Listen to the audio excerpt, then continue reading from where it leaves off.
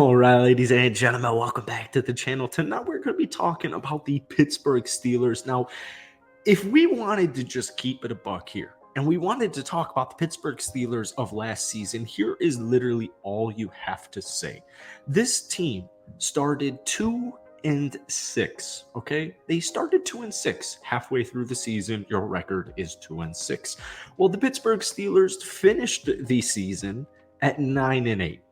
That could be a video in and of itself just to demonstrate, well, hey, hold on, don't forget about the Pittsburgh Steelers here. I'm sure you guys have all heard, what is it, like historically there's 6 new playoff teams across the National Football League every single season. It seems like people just now, the date is June 17th. At the time of this recording, people just now are starting to figure out, like, oh, hold on, wait 1 second.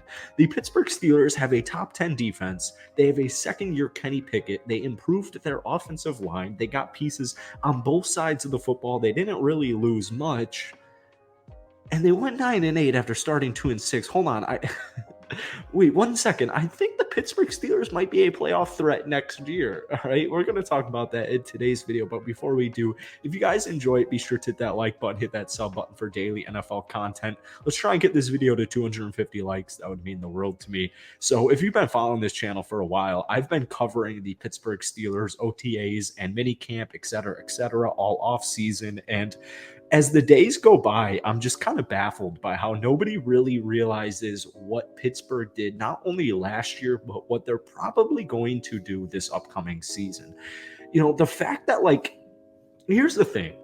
When we take a look at, like, standard, vague, like, just, kind of like big picture NFL media. So it's just, they're running narratives, etc., etc. The thing with the Steelers is pretty much what I've been saying.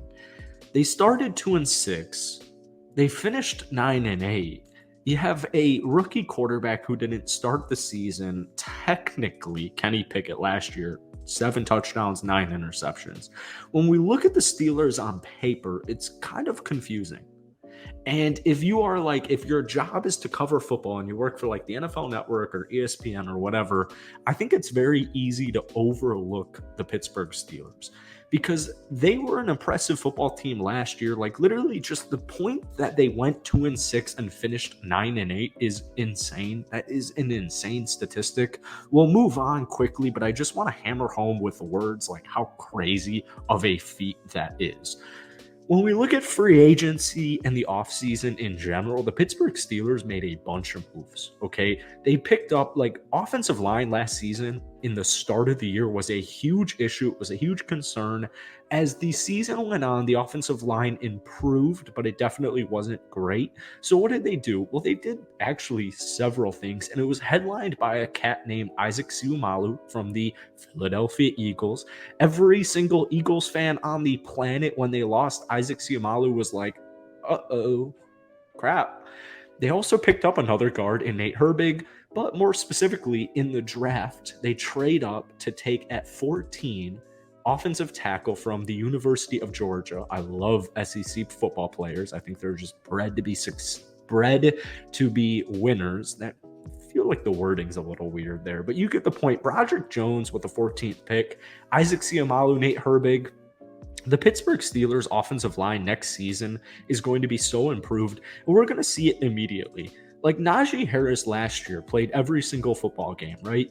He only averaged, he had over 1,000 rushing yards, but he only averaged 3.8 yards per carry. You could look at that on paper and be like, oh, Najee Harris had a bad season. But if you're a Steelers fan, or if you just paid attention to the Steelers last year, you'd be like, yeah, man, that offensive line was pretty tough. I'm surprised Najee almost averaged over 4 yards per carry, and I'm happy that he got over 1,000 yards rushing.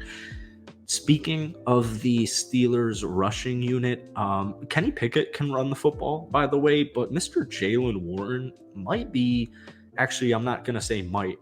Jaylen Warren, just like statistically, an under-recognized, underappreciated, underrated top 5 backup running back in the entire National Football League. Last season, he averaged 4.9 yards per carry. Okay, so Najee Harris and Jaylen Warren, that's a running back duo to watch out for. Now, once again, we could spend this whole video talking about, well, Kenny Pickett threw 7 touchdowns, 9 interceptions, but wait, he had 2 game-winning touchdown drives in the last month of the season, and in his final 5+ games to finish out the year, he only threw 1 interception. We could talk about that all day, but that's what we've done all offseason. So let's head on past. Who else did they acquire? Well, offensively speaking, it kind of, you got some pieces on offense. You got a new punter in Brandon Mann. You picked up Allen Robinson II to fill in for Chase Claypool. I think it's a great move. If Allen Robinson is healthy, he is a huge threat. The Pittsburgh Steelers offense in general, it's actually kind of terrifying.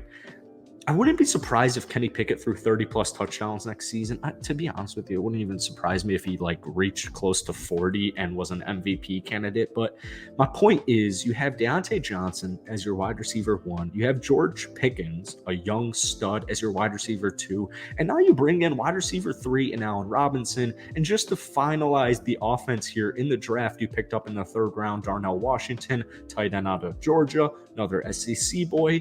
I literally love SEC boys. Just to hammer home the point here, these guys are built to succeed in the National Football League. But anyways, you pair him up with Pat Freiermuth last season, who almost had 750 total reception yards, and it's just I look at the Steelers' offense, and all they did was improve.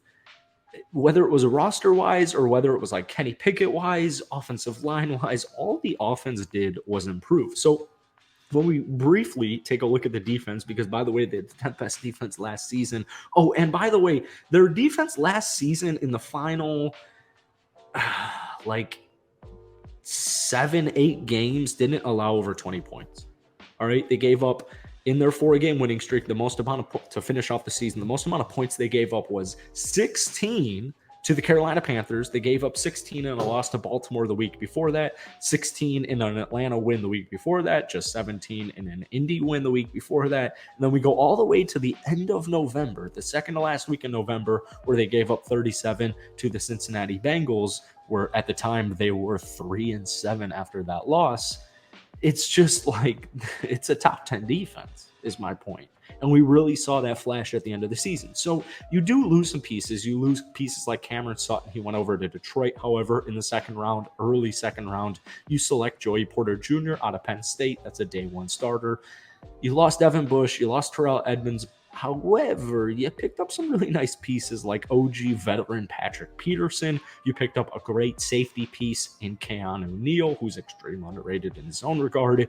You revamped to the linebacker room because, let's be honest here, outside of Devin Bush, the linebacker room last year wasn't great for the Pittsburgh Steelers. So you pick up Cole Holmcomb and you pick up Elandon Roberts. And if we pair up both Elandon Roberts, mainly Cole Holmcomb because he was injured last season. So if we go to Cole Holmcom's last healthy season and we go to Elandon Roberts last year, we're looking at almost 250 total tackles at the linebacker position. So it was all right, realistically, what were the Steelers' not worries or issues, but points of weakness heading into the offseason?